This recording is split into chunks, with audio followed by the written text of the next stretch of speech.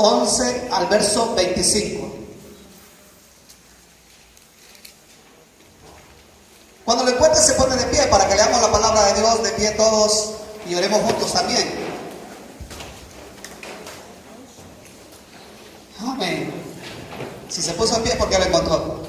Si no tiene Biblia, no se preocupe, también puede leerlo acá, pero le invitamos a que compre una Biblia. Mis hermanos en la librería han traído unas Biblias preciosas esta vez, hermano. La Biblia de la Reforma, hermanos, conmemorando un centenario más de la Reforma de Reforma Europea y para todo el mundo de Martín Lutero. Así de que le invito a que se acerque y compre su Biblia también. Capítulo 2, leo la palabra de Dios, verso número 11 hasta el verso 25, que nos dice: esta, la primera de sus señales, la hizo Jesús en Caná de Galilea. Así reveló su gloria y sus discípulos creyeron en él. Después de esto Jesús bajó a Capernaum con su madre, sus hermanos y sus discípulos, y se quedaron allí unos días. Cuando se aproximaba la Pascua de los judíos, subió Jesús a Jerusalén, y en el templo halló a los que vendían bueyes, ovejas y palomas, e instalados en sus mesas a los que cambiaban dinero. Entonces, haciendo un látigo de cuerdas, echó a todos del templo juntamente con sus ovejas y sus bueyes, regó por el suelo las monedas de los que cambiaban dinero y derribó sus mesas. A los que vendían las palomas les dijo: sacad esto de aquí. ¿Cómo os atrevéis a convertir la casa de mi padre en un mercado? Sus discípulos se acordaron de que está escrito: el celo por tu casa me consumirá. Entonces los judíos reaccionaron preguntándole: ¿qué señal puede mostrarnos para actuar de esta manera? Destruid este templo, respondió Jesús, y lo levantaré de nuevo en 3 días. Tardaron 46 años en construir este templo, y tú vas a levantarlo en 3 días. Pero el templo al que se refería era su propio cuerpo. Así pues, cuando se levantó de entre los muertos, sus discípulos se acordaron de lo que había dicho y creyeron en la Escritura y en las palabras de Jesús. Mientras estaba en Jerusalén durante la fiesta de la Pascua, muchos creyeron en su nombre al ver las señales que hacía. En cambio, Jesús no les creía, porque los conocía a todos. No necesitaba que nadie le informara nada acerca de los demás, pues él conocía el interior del ser humano. Amén. Vamos a orar así con la Biblia abierta, cierren sus ojos. Siempre la oración es que Dios nos hable, hermanos. Pídale al Señor que le hable a su vida, ya que, como dice el último versículo, Él conoce el interior del ser humano. Él conoce tu corazón, Él conoce tu necesidad, Él conoce aún tus pensamientos en este momento. Le decimos: Señor Dios y Padre que estás en los cielos, amado Dios, yo te agradezco este privilegio, esta oportunidad que nos concedes este día domingo de poder congregarnos en tu casa para glorificar tu nombre. Gracias por cada vida que tú has traído en esta hora. Yo te doy gracias por la bendición que le concedes a mi hermana Elvira, Señor, de tener a sus hijos ahora con ella, Señor, reunidos en familia, glorificando tu nombre en este lugar. Gracias, Padre, por esa bendición. Por mi hermana Lorena, asimismo, gracias por la bendición de su bebé, Señor. Gracias porque ella puede también congregarse este día. Oh Dios, gracias por cada vida que tú has traído, Señor. Dios amado, bendice más y más nuestra vida, que estamos necesitados de ti. Y tu palabra es clara, Señor, que tú eres una fuente inagotable. Tú eres una fuente inagotable de bendición. Sobre todo tus bendiciones llegan de acuerdo a la necesidad real de cada vida, porque tú conoces lo íntimo, tú conoces el corazón, los pensamientos. Todo está descubierto delante de ti. Por eso, Señor, habla a cada corazón individualmente, habla a cada vida, Señor, y que tu Espíritu Santo sea el que obre en cada vida, Señor. Ahora también mi vida está dispuesta para tu gloria. Úsala, Señor, conforme a tu propósito, en Cristo Jesús. Amén y amén. Pueden sentarse todos en esta hora, hermanos. Venimos leyendo el Evangelio de Juan, el cuarto de los evangelios en el orden que están en la Biblia. Y, hermanos, leíamos la ocasión anterior, que fue el mes pasado, acerca de las bodas de Caná de Galilea.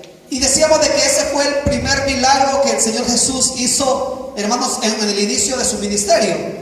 Juan revela solamente siete milagros.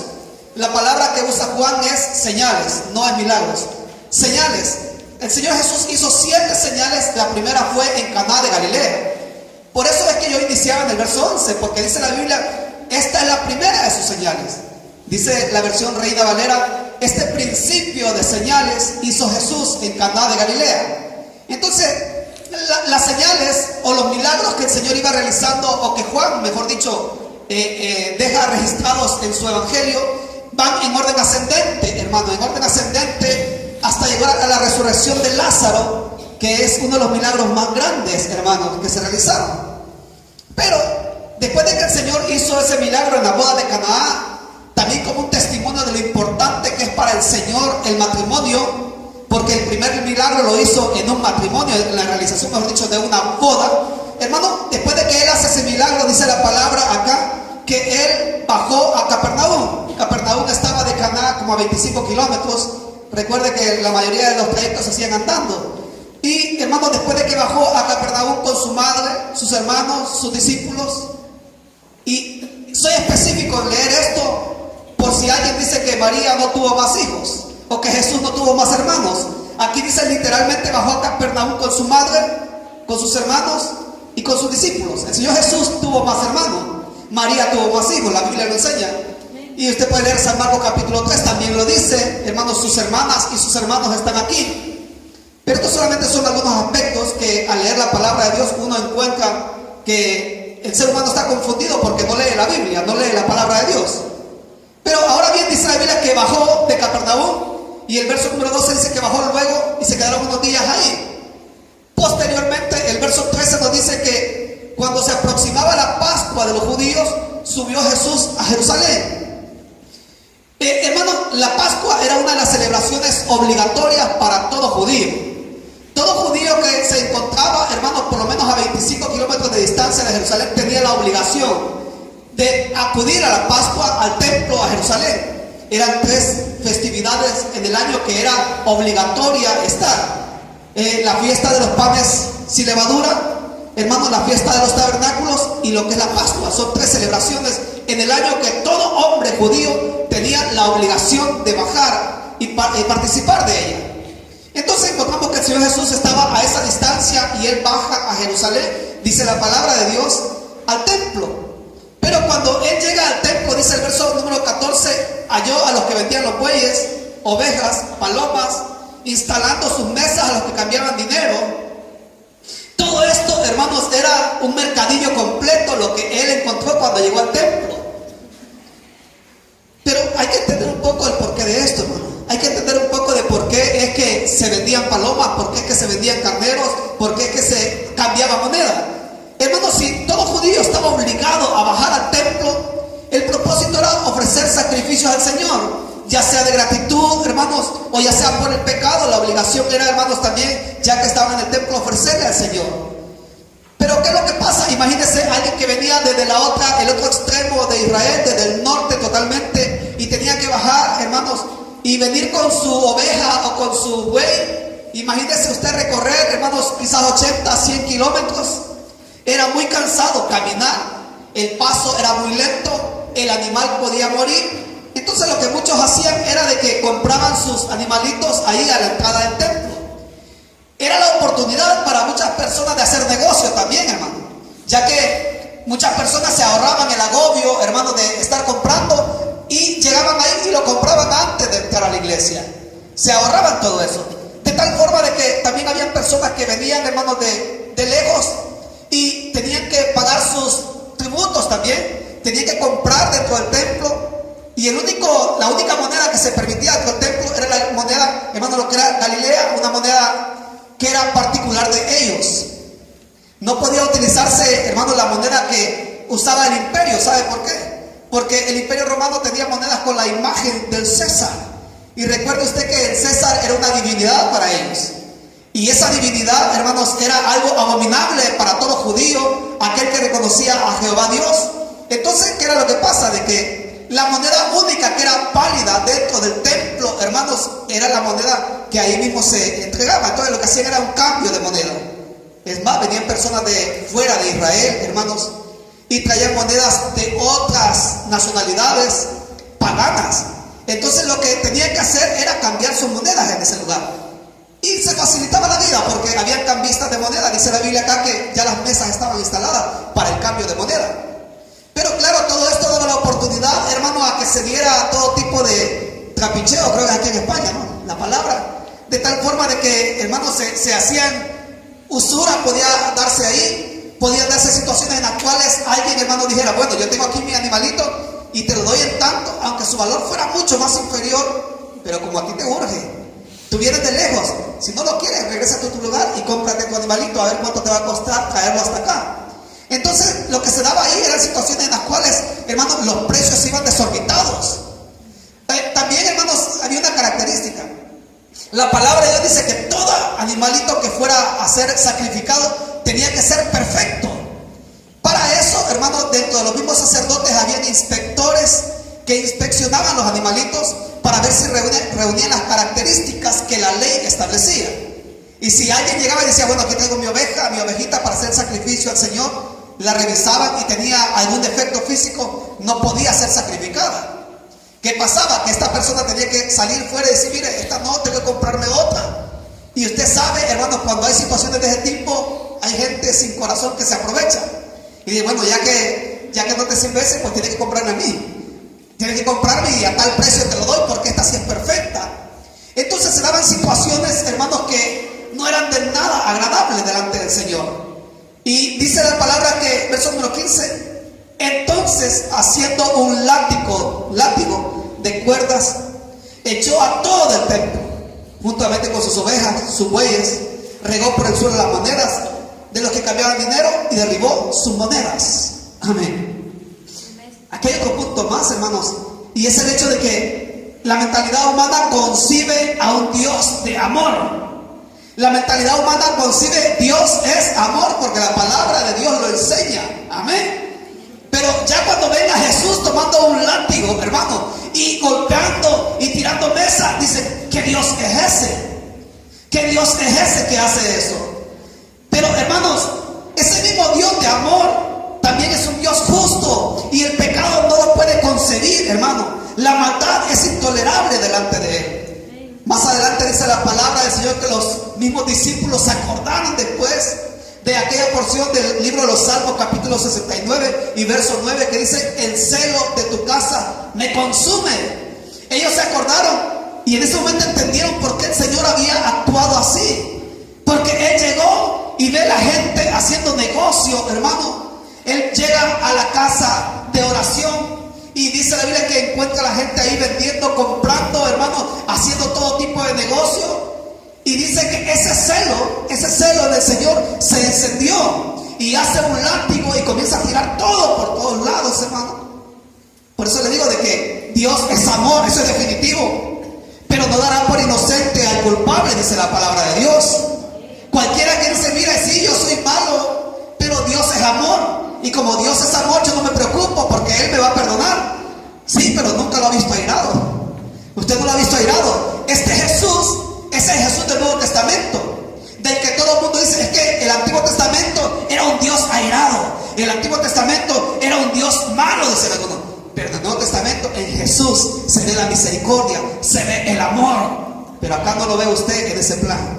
Cuando se trata, hermanos, de atacar el pecado, el Señor Jesús, Él actúa, hermanos. Amén. Cuando se trata de la maldad, Él no contempla, Él hace un látigo, hermanos, y actúa. Enseña, hermanos, de que el Señor es, más bien, el Señor Jehová, Dios mismo había establecido, hermanos, en Isaías, que, hermanos, Él ya no quería sacrificios, Él ya no quería, hermanos, ofrendas. Todo eso era abominable delante del Señor.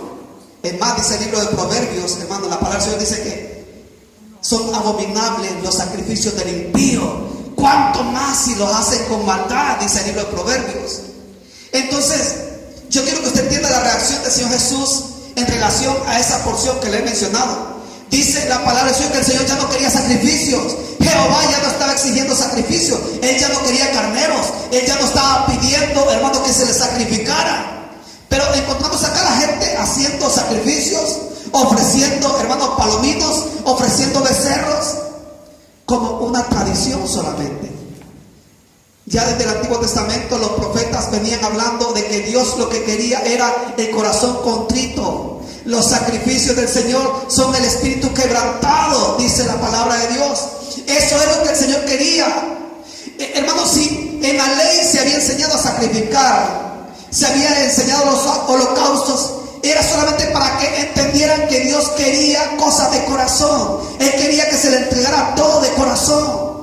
Pero llega un momento en el cual el pueblo de Israel, dice la Biblia, que todo lo hacía mecánicamente, metódicamente. El pueblo de Israel lo hacía todo metódico, de tal forma que ya sabían qué día había que ayunar, ya sabían qué día había que llevar un animalito. Dice, bueno, este día pequé de esta forma, pues a tanto me sale el pecado. Y ya sabían lo que tenían que llevar, un palomino porque el pecado fue pequeño. Ah, no, este pecado fue más grande, entonces un becerro, entonces un borrego, una oveja. Entonces los israelitas en su concepción ya tenían claro cuánto le tocaba y cuánto le tocaba de acuerdo a la religión. Pero el Señor vio el corazón de ellos y vio que no era un corazón arrepentido, lo que tenían era tradición solamente. Y llega un momento en el cual, hermanos, ya el Señor Jehová dice, no, yo no quiero sacrificio, yo ya no quiero que me mate ningún animal. Yo lo que quiero es vuestro corazón arrepentido. Eso es lo que yo quiero. Pero llega el Señor Jesús al templo y se encuentra con que los judíos seguían con su tradición, seguían con la hipocresía de corazón. Ya que, hermanos, estos mismos judíos que estaban en el templo eran los que posteriormente lo matarían a él. Serían los que dirían, suéltanos a Barrabás, suéltanos a Barrabás, y sacrifica a Cristo. Esos mismos judíos, había hipocresía en su corazón. Pero sigo leyendo, hermano, más adelante, sigamos. Dice el verso 16, a los que vendían su paloma les dijo, sacad esto de aquí. ¿Cómo os atrevéis a convertir la casa de mi padre en un mercado? ¿Cómo se atreven a convertir la casa de mi padre en un mercado? ¿Sabe? Quizás el Señor Jesús se acordaba en ese momento lo que sí dice Isaías 56, ahora sí, y el verso 7. Busquémoslo, hermano. Isaías 56 y verso 7.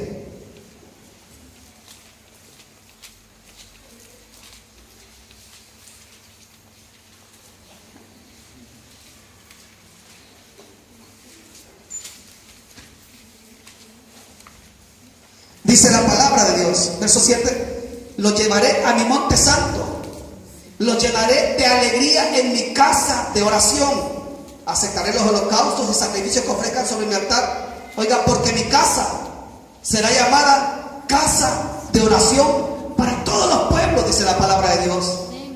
Pero el Señor Jesús dice, ¿cómo convierte mi casa en cueva de ladrones? ¿Por qué dice cueva de ladrones? Porque los que estaban ahí, quizás dentro del templo, hermanos, muy santificados, muy reverentes, dentro de la casa de Dios, eran personas, hermanos, que agachaban las orejas, muy humildes. Pero el Señor conocía los corazones, Él conoce los corazones, y le dice, ¿cómo convierten mi casa en casa de ladrones, cueva de ladrones? Si la palabra de Dios dice que será casa de oración, será llamada casa de oración. ¿Sabe, hermano? La parte que ellos habían convertido en un mercadillo era parte del templo. El templo estaba distribuido de esta forma. La parte exterior era para que los gentiles hicieran sus oraciones, el atrio de los gentiles. La siguiente parte, hermano, pasando al siguiente módulo, diría la palabra, era el atrio de las mujeres. Las mujeres judías hasta ahí podían llegar, el atrio de las mujeres. La siguiente etapa era el atrio de los israelitas. Todo hombre israelita podía pasar hasta ahí. Y posteriormente el atrio de los sacerdotes, que era hasta donde podían llegar los sacerdotes, y más adelante donde entraba el sacerdote una vez al año, que era el lugar santísimo. Entonces, la parte en la que estaba este mercadillo era el atrio de los gentiles. Era el lugar en el cual el gentil podía llegar y clamar al Señor, porque dice, mi casa será llamada casa de oración para todos los pueblos, no solamente para los israelitas, para todos los pueblos. Y ahí el gentil podía llegar y clamar al Señor. Pero yo le pregunto a usted, ¿se podía clamar a Dios, hermanos, en ese ambiente? Si se estaban vendiendo vacas, ovejas, cambiando moneda. Y imagínese usted el ambiente de un mercadillo, hermano. Y llegaba un gentil diciendo, yo quiero buscar de Dios, pero a sus oídos gritándole las ofertas del día, hermano. Y dice, Señor, ustedes han convertido la casa de oración en cueva de ladrones. Ya no había reverencia. No había reverencia, hermano. Y eso pasa hoy en día también. Eso pasa hoy en día también, hermano. No hay reverencia delante de la presencia de Dios. En primer lugar, lo que tenían los judíos era, hermanos, de que llegaban pero no con un corazón convertido. Llegaban por una tradición. Lo que había en ellos era tradición solamente. Yo le digo, el ser humano no cambia, hermano. El ser humano no cambia. Llega el domingo y sabemos que nos toca ir a la iglesia. Amén. Usted ya sabe que llega tal fecha. Bueno, hay vigilia. Ya lo sabe. Y llega tal momento, bueno, el proverbio del día, porque tengo que leer un proverbio cada día. Y ya lo tiene mentalizado que es un proverbio diario. Y lo lee, pero lo lee porque es la costumbre que tiene ya. Y dice, la Biblia en un año, me la voy a leer en un año porque es el reto que tengo. Me voy a leer la Biblia en un año. Pero si usted le pregunta después, no se acuerda qué leyó. No se acuerda de nada porque como lo leyó corriendo para hacer nada más la tradición de la Biblia en un año. Así eran los judíos. Y el ser humano no cambia. Y aparte de eso, hermanos, llegaban al templo, pero no llegaban a lo que iban. Llegaban a hacer compra y venta nada más. Las cosas no cambian, aleluya. Las cosas no cambian, hermano. Hay quienes van a la iglesia por intereses. Solamente por un interés. A ver qué encuentran dentro de la iglesia, a ver qué resulta. Tal vez hoy sí me consiguen un trabajito. Tal vez hoy sí los hermanos me pueden ayudar con algo. O tal vez hoy sí aquella chica se fija en mí. Yo ya a rato le he echado el ojo a ver si por fin reacciona esta chica y me responde. Llega a la iglesia pero no a buscar al Rey de Reyes, al Señor de Señores. Llega por un interés únicamente. No cambia el ser humano. Y dice el Señor, mi casa será llamada casa de oración. El objetivo es buscar el rostro de Dios. Si usted viene a la iglesia con otro propósito, está perdido. Está perdido. Si usted viene buscando otro propósito, cualquiera que fuere, aunque sea bueno, y dice, yo voy a ir a la iglesia porque quiero donar esto a la iglesia, está bien, hágalo, bienvenido. Pero esta no es una ONG. Acá venimos, hermanos, a buscar la presencia de Dios. El objetivo de congregarnos es buscarlo a Él. Si usted no cree que Dios está acá, entonces ha venido nada más a un local que ni calefacción tiene. Hemos venido a buscar el rostro de Dios. Y dice más la palabra de Dios. Volvemos al Evangelio de Juan, hermanos, al capítulo 2 que estamos leyendo. Y dice el verso número 17: entonces sus discípulos se acordaron de que está escrito, el celo por tu casa me consumirá. Salmo 69 y verso 9. Y entonces los judíos reaccionaron preguntándole, ¿qué señal puedes mostrarnos para actuar de esta manera? Y él les dijo, destruid este templo, respondió Jesús, y lo levantaré de nuevo en 3 días. Tardaron 46 años en construir este templo y tú vas a levantarlo en 3 días. Pero el templo al que se refería era su propio cuerpo, dice la palabra de Dios. Hermano, al ver la reacción de él con el látigo, tirando las mesas, echando fuera a los animales, los judíos reaccionaron y le dicen, ¿qué señal haces tú? ¿O con qué autoridad estás haciendo esto? Demuéstranos que tú eres Dios y que tienes derecho de hacer lo que estás haciendo. La palabra señal en este capítulo aparece 3 veces, hermano. Señal. ¿Para qué sirven las señales, hermanos? Sirven para avisarnos de algo. Es como el semáforo en la esquina. La señal de stop nos avisa algo. Ellos querían una señal y él les dice, bueno, les voy a dar una señal, pero la señal es, destruyan este templo y yo lo levantaré, lo reconstruiré en 3 días. Pero lo que pasa es que ellos tenían enfrente el templo, hermano. Acuérdense que estaban en el templo en ese momento. Y ellos dicen, este templo que tardó en hacerse 46 años. Pero eso no era cierto porque el templo todavía no estaba construido. Estaba todavía terminando de construirse. El templo se terminó de construir en el año 69. Todavía les faltaban unos cuantos años al templo para terminar de construirse, hermano. Desde el año 19 antes de Cristo, que, hermano, el emperador comenzó a reconstruir lo que estaba construido, pero lo mejoró hasta el año 64. Imagínense cuántos años reconstruyendo. Y en el año 64 que se termina oficialmente la obra, en el año 70 es destruido por Tito, que llega, invade Jerusalén y lo destruye por completo en el año 70, imagínese usted. Pero ellos dicen, este templo que se construyó en 4 décadas, dicen ellos, tú lo vas a reconstruir en 3 días. Y Dios dice, no, estamos hablando de mi cuerpo. La palabra de Dios dice que también el Señor se comparaba con Jonás, ¿se acuerda? Así como Jonás estuvo 3 días en el vientre de un pez, así el Hijo del Hombre estará en el vientre de la tierra misma y será levantado. Esa era la señal que Él les daría, hermano, para todo aquel avisado. Cuando el Señor Jesús resucitó, entonces se acordaron, a esto se refería el Señor, porque eso dice la palabra. Después ellos se acordaron, cuando Él se levantó de los muertos, dice el verso 22, los discípulos se acordaron que Él ya lo había dicho. Y entonces creyeron. Amén. Aquí quiero hacer una pausa. Cuando el Señor Jesús hizo las señales, hermanos, del vino, ahora, hermanos, que Él está hablando y dice que cuando Él resucite, ese templo será levantado. Dice que los discípulos creyeron. Pero más adelante sigue leyendo, seguimos leyendo la palabra de Dios. Dice que, verso 23, mientras estaba en Jerusalén, durante la fiesta de la Pascua, muchos creyeron en su nombre al ver las señales que hacían. La palabra señales en 3 ocasiones. La gente, hermanos, creía al ver las señales de Él. Y los judíos le dicen: Señor, muéstranos una señal y te creemos. ¿Qué señal haces para que nosotros creamos? Para que creamos, ¿por qué estás haciendo esto? Muéstranos alguna señal, le dicen. Saben, hermanos, que el ser humano es muy propenso a creer cuando hay milagros. Amén. El ser humano, hermano, mire, si vieran que aquí un cojo comienza a caminar, esta iglesia se llena. No lo dude, hermano. Si vieran que un ciego de repente, hermano, la vista vuelve a ellos, es que se llena la iglesia. Se llena.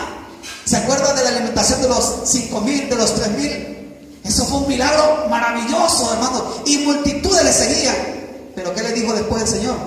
Ustedes me siguen porque les doy de comer. O sea, ustedes me siguen porque ya saben que hay comida gratis. El problema del ser humano es, hermano, que está buscando a Dios para que le dé algo. Para que le dé algo. Y muchos dicen: yo voy a ir a la iglesia porque tengo que darle las gracias a Dios por lo que Él hizo por mí en esto y en esto. Como que fuera una promesa la cuestión. Como que estuviera en una religión tradicional. ¿Se acuerdan? Que allá había que ir a pagar la promesa al santo o a la virgen. Pero aquí no es así. Aquí al Señor se le sigue aunque haga algo por mí o no lo haga. ¿Sabe? El Señor ya hizo lo más grande que alguien puede hacer por alguien. Dice la Biblia que de tal manera amó Dios al mundo que envió a su único Hijo a morir por nosotros los pecadores. Mire, si después de eso yo vivo mi vida en pobreza total toda mi vida, si después de eso yo vivo con enfermedades toda mi vida, si después de eso nadie me ama, pero yo acepto que Él murió por mí, ya hizo todo. Es que ya me hizo todo. El problema del ser humano es que dice: yo voy a creer en Dios, pero si obra una sanidad en tal persona. Yo creo en Dios si me da un trabajo. Yo le voy a creer a Dios. Yo sí voy a creer en Dios, pero que se muestre. Yo quiero ver a Dios. Si de verdad existe, que aparezca. Quiero verlo. Eso eran los judíos. Los judíos decían: muestra, enseña señal. Queremos ver señal. Y dice la Biblia acá en el verso 23 que multitudes, muchos creían por las señales. Tristemente yo creo, hermanos, que aquellas iglesias en las que se dan milagros, y hermano, la publicidad más grande de esas iglesias son los milagros. Yo sé que es una bendición porque muchas almas se salvan, pero tristemente muchas almas de esas almas no son conversiones reales. Son personas convencidas únicamente. Son personas que mientras el milagro dura, están ahí. ¿Saben? A mí me han dicho algunas personas: yo busco una iglesia en la que el poder de Dios se mueva. Eso es lo que yo busco. Una iglesia donde se vean señales y prodigios, porque ahí es donde Dios está. Y yo le digo: ¿usted cree que solo ahí estaba Dios? Y yo siempre pongo el caso de Juan el Bautista. Todo su ministerio y ni un milagro. Pero ¿quién niega que Juan el Bautista era un hombre de Dios? Hermano, si él tuvo el privilegio de bautizar al Hijo de Dios. Hermano, no hay hombre como Juan el Bautista y no hizo ni un milagro. No es por las señales que tú tienes que seguir al Señor. Si el Señor no hace nada por tu vida de aquí en adelante, por lo menos eso crees tú, pero hay motivo para amarle, porque ya hizo lo más grande. Miren qué tremendo lo que dice el último verso, verso 24-25. En cambio Jesús no les creía, porque los conocía a todos. No necesitaba que nadie le informara nada acerca de los demás, pues Él conocía el interior del ser humano. Amén. Mire, se dice que durante la Pascua a Jerusalén bajaban 2,5 millones de judíos. Imagínense esa cantidad de gente, hermano. 2 millones de personas en un lugar muy pequeño. Y alguien diría: ¡qué avivamiento! ¡Aleluya! ¡Qué avivamiento! Hoy se nos llenó la iglesia. Pero dice la Biblia: el Señor los conocía. Él conocía sus corazones. Él sabía que si llegaban ahí era para hacer negocio. Él sabía que si llegaban ahí era porque había una tradición nada más, y ya sabían cuándo tenían que acercarse al templo. Él sabía que si llegaban ahí es porque querían ver un milagro nada más. Ellos lo que querían era que el Señor les mostrara un milagro. Querían que algún cojo se levantara, que algún ciego viera, que multiplicara el pan. Estaban ahí porque querían ver un milagro. Pero al Señor nadie lo engaña. Al Señor nadie lo engaña. Y dice, Él conoce los corazones, Él conoce el interior. Por eso yo te preguntaría en esta tarde, ¿por qué estás aquí? ¿A qué has venido? ¿A qué has venido? Bueno, yo vengo, hermano, porque quiero orar para ver si el Señor me hace este milagro. Si por eso has venido, te has equivocado. El Señor puede hacerlo, yo sé que lo va a hacer. Pero dice la Biblia, mi casa será llamada casa de oración. Orar es hablar con Dios, eso es. Orar es hablar con Dios. Tú vienes a la iglesia, vienes a hablar con el Señor, a eso vienes. Amén. Siempre me ha gustado aquel milagro que el Señor hizo, hermano, de aquel hombre que fue bajado por el techo por sus amigos, ¿se acuerdan? En una camilla, por el techo. A mí lo que me ha gustado siempre es que el Señor Jesús se acerca a él y le dice, tus pecados te son perdonados. Pero dice la palabra de Dios de que todos decían, ¿qué acaso es Dios para que haga eso? Eso solo Dios lo puede hacer. Pero ¿sabe por qué hizo eso el Señor? Porque lo que el hombre necesitaba de verdad era el perdón de los pecados. Era lo que él necesitaba. Ah, pues sí, pero estaba en una camilla, no podía caminar toda su vida sin caminar. Pero la verdadera necesidad del ser humano es espiritual. Esa es la verdadera necesidad del ser humano. El ser humano sin paz en su corazón. El ser humano, hermano, fornicando diariamente, adulterando. El ser humano con malos pensamientos desde que se levanta. El proverbio número 4 dice, hermanos, que no duermen por la noche, sino han hecho caer a alguien pensando en el pecado noche y día, noche y día. La verdadera necesidad del ser humano está en su corazón. Y el Señor lo primero que le dijo, tus pecados te son perdonados. Y luego levántate y anda. Ese es el orden, hermano. Pero ¿qué es lo que pasa? El ser humano primero quiere ver el milagro. Va delante del Señor porque quiere ver señales. Si viene a la iglesia es porque dice, yo quiero que Dios me haga este milagro. ¿Por qué no vienes a la iglesia mejor para que el Señor sane tu corazón? Lo principal y lo más necesario que tú tienes es la necesidad de que Dios llene ese vacío en tu corazón. Es lo que tú necesitas. Que Dios venga y haga morada en tu corazón. Que ya no seas un religioso. El mundo está lleno de religiosos, hermano. Miren, este día domingo, las iglesias, todas las iglesias, ahí va toda la gente para las iglesias. Este día domingo, todo el mundo se acuerda que es cristiano. Pero el resto de la semana, su vida igual, perdida.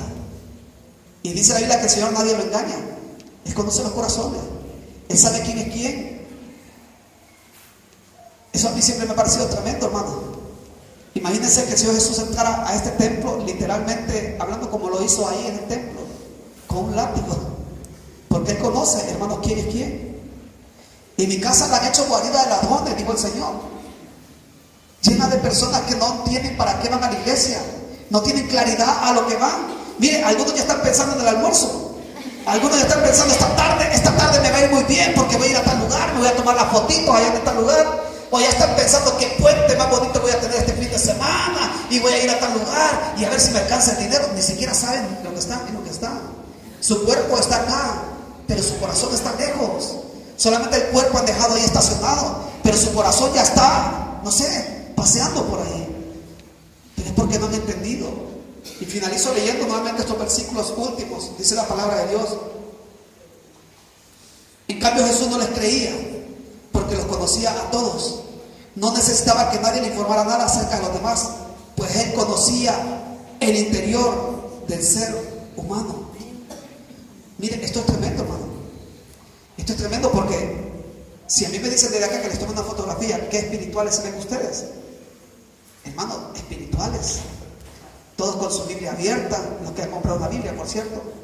Todos, hermanos, muy bien, sentados y todo. Pero el Señor que conoce los corazones. ¿Será que Él, hermano, se fía de nosotros? ¿Será que a Él lo convencemos de que somos cristianos? Mire, algunos se engañan a sí mismos creyendo de que nacieron cristianos.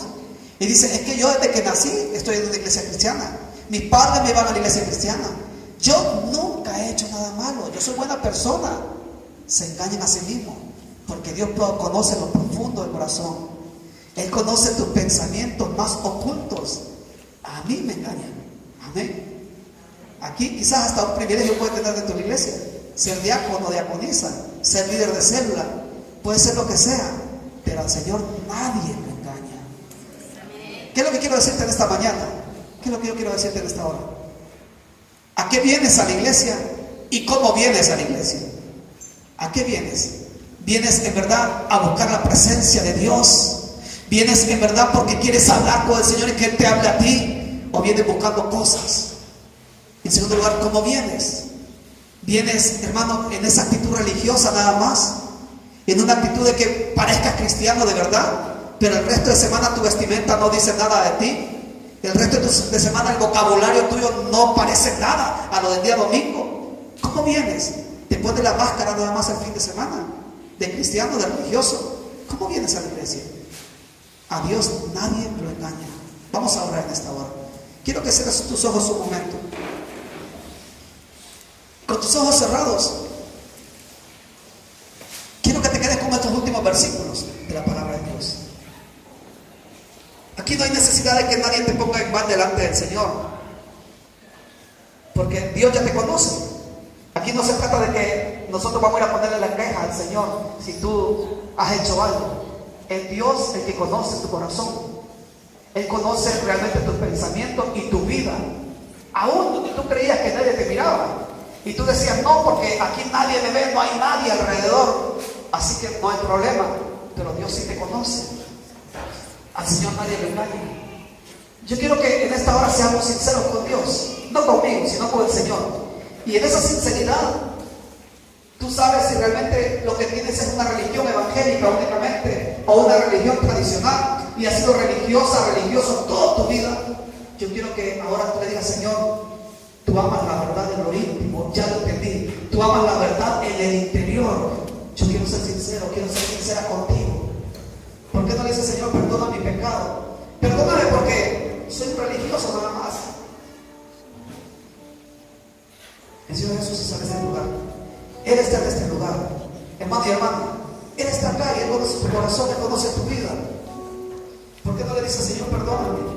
Porque he vivido una vida de religión nada más, asistiendo a una iglesia porque me lo enseñaron mis padres, o la tradición toda la vida me ha enseñado a ser religioso. Pero yo quiero a partir de este día vivir una verdadera religión. La verdadera religión es aquella que se vive en el corazón sincero, en sencillez, entendiendo que realmente Dios conoce tus pensamientos. Habrá alguien que aún siendo cristiano o cristiana toda su vida, hoy quiere reconciliarse con el Señor porque sabe que lo que tiene es religión nada más. Levante su mano si alguien quiere reconciliarse con el Señor. Que aún siendo cristiano sabe que no hay sinceridad en su corazón y que necesita reconciliarse con Dios. Levante su mano y yo voy a orar por usted. Yo creo que Dios para eso nos ha traído este día, para ser sincero con Él. Dios ama la verdad. Dios ama la verdad. Que tú seas sincero con el Señor. Si tú vives toda la vida en pecado, toda la semana en pecado, y solamente los domingos guardas la santidad, estás equivocado, estás equivocado. Dios no quiere eso de ti. Dios quiere que seas íntegro todos los días de tu vida. Alguien que quiera reconciliarse con el Señor, levanta su mano. O que quiera aceptarlo por primera vez en su corazón. Que quiera a partir de este día ser hijo de Dios, hija de Dios, diciéndole, Señor, te entrego mi corazón. Porque como ya lo conoces, tú conoces mi corazón, mis pensamientos. A partir de este día quiero que sea tuyo, Señor. Alguien que quiera aceptar a Jesús, levante su mano. Y vamos a orar por usted. Aceptando al Señor Jesús o reconciliándose en esta hora. No esperes hasta que le veas airado. Mejor ahora que te habla con amor, con misericordia. ¿Por qué no mejor ahora le dice, Señor, yo me arrepiento de mi vida de pecado y quiero vivir en santidad para ti a partir de este día? ¿Alguien quiere aceptar a Jesús o reconciliarse con Él? Levante su mano. El último llamado. Y si no, oramos todos juntos en esta hora. Aleluya. Vamos a orar todos juntos, hermano. No tengo nada para ofrecer. Cierra sus ojos. Nada que te pueda sorprender. Solo un corazón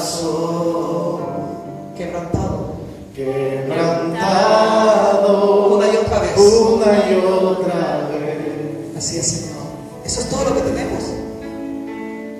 Y no hay nada que te pueda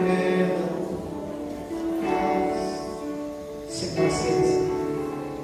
nada que me apasione más, solo tu presencia, Solo tu mirada. solo tu mirada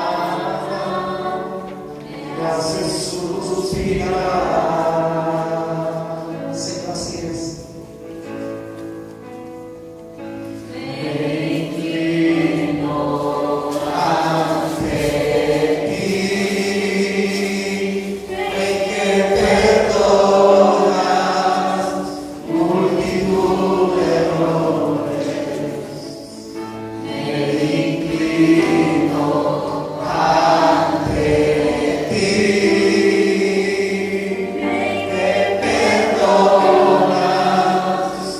Multitud de errores, me inclino ante ti. Tú eres digno, Señor. Dígale, tú eres digno, Dios. Impresionante.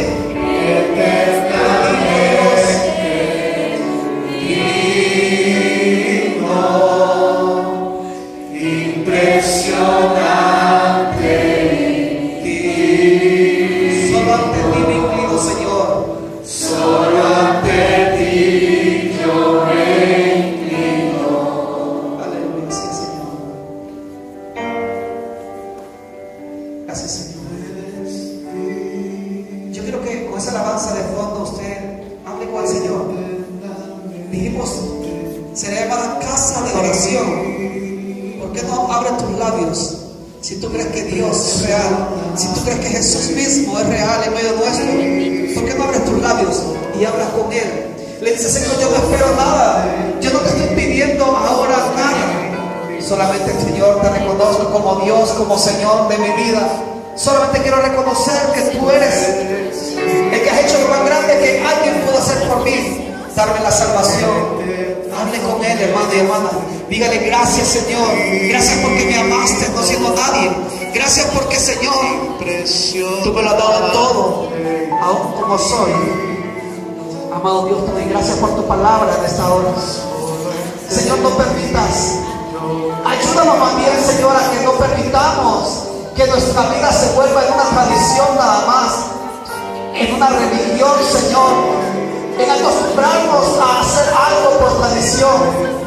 Que cuando vengamos a tu casa, nuestro corazón venga, Señor, derritiéndose de amor por ti, anhelando hablar contigo, escuchar tu voz, que vengamos anhelando tu presencia, oh Dios. Que no nos muevan los milagros ni las señales, aunque eso tú lo puedes hacer, todo eso es parte de tu palabra, tú lo puedes hacer. Pero que lo que nos mueva sea el amor hacia ti, Señor. Que sea ese amor tan grande con el cual tú nos amaste primero, Señor. Ayúdanos, oh Dios. Ayúdanos, Señor, como iglesia. A no ser una iglesia fría, a no ser una iglesia religiosa, oh Dios. Ayúdanos, Dios amado. Para tu gloria lo pido. Te alabamos, Señor, te damos gracias. Solo ante ti yo me